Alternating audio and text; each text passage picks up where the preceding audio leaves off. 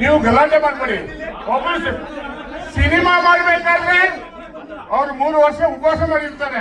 ಯಾವ್ಯಾವ ಕಣ್ಣುಗಳು ಹಾಕ್ತಿದ್ದಾರೆ ಅವ್ರಿಗೆ ಗೊತ್ತಿಲ್ಲ. ನೀವು ಇರಿ, ಒಂದು ಕನ್ನಡ ಸಿನಿಮಾ ಉಳಿಸೋಣ, ಕಳ್ಸೋಣ. ನಿಮ್ದು ಏನಿದೆ ನಿಮ್ಗೆ ಅದನ್ನ ಏನಿದೆ ಅವ್ರು ಮಾತಾಡ್ತಾರೆ. ಗುರು ಅಂದ್ಕೊಂಡಿದ್ದವ್ರು ಮಾತಾಡ್ತಾರೆ. ಎಲ್ಲ ಕನ್ನಡ ಇದೆ, ಸ್ಟೇಜ್ ಆನ್ ಮಾಡ್ಬಿಡಿ.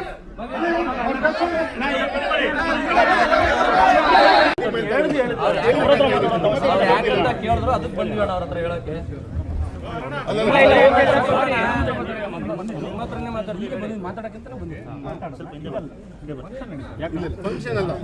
ಈಗ ನೋಡಿದೀವಿ ಅಂದ್ಮೇಲೆ ಇಲ್ಲೇ ನಾವು ಕ್ವಶನ್ ಮಾಡ್ಬೇಕಲ್ವಾ? ಪ್ರಾಬ್ಲಮ್ ಏನಣ್ಣ? ಯಾಕೆ ನಮ್ಗೆ ಇರೋ ವಾಯ್ಸ್ ಇಲ್ಲ?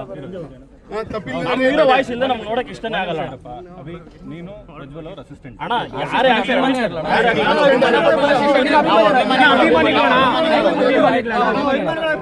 ಎಲ್ಲರೂ ಅಭಿಮಾನಿಗಳು. ದಯವಿಟ್ಟು ಬೇಜಾರು ಮಾಡ್ಕೋಬೇಡಿ, ನಮ್ಮ ದೇವರನ್ನ ಬೇಜಾರಾಗ್ತೀರಪ್ಪ. ನೀವು ಪ್ರಜ್ವಲ್ ಅವ್ರ ಅಸಿಸ್ಟೆಂಟ್ ಅಲ್ಲ.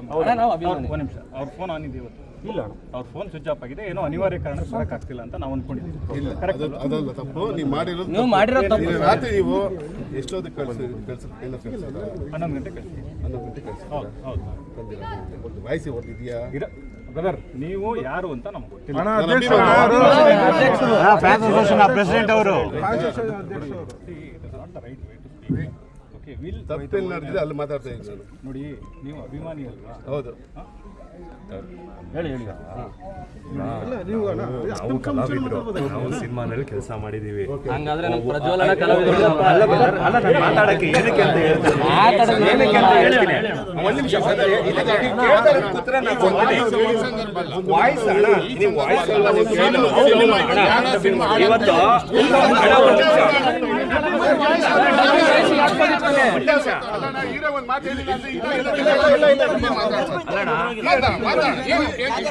ನನಗೂ ಆದ್ಮೇಲೆ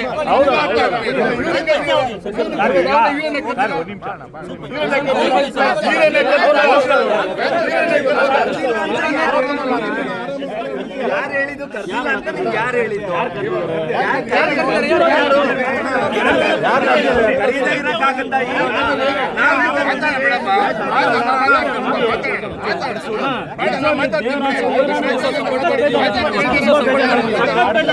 ವಾಯ್ಸ್ ಇಲ್ಲ ಸರ್, ಒಂದು ಹೀರೋಗೆ ವಾಯ್ಸ್ ಇಲ್ಲ ಅಂದ್ರೆ ಏನ್ ಮಾಡೋದು ಸರ್? ಒಂದು ಹೀರೋಗೆ ವಾಯ್ಸ್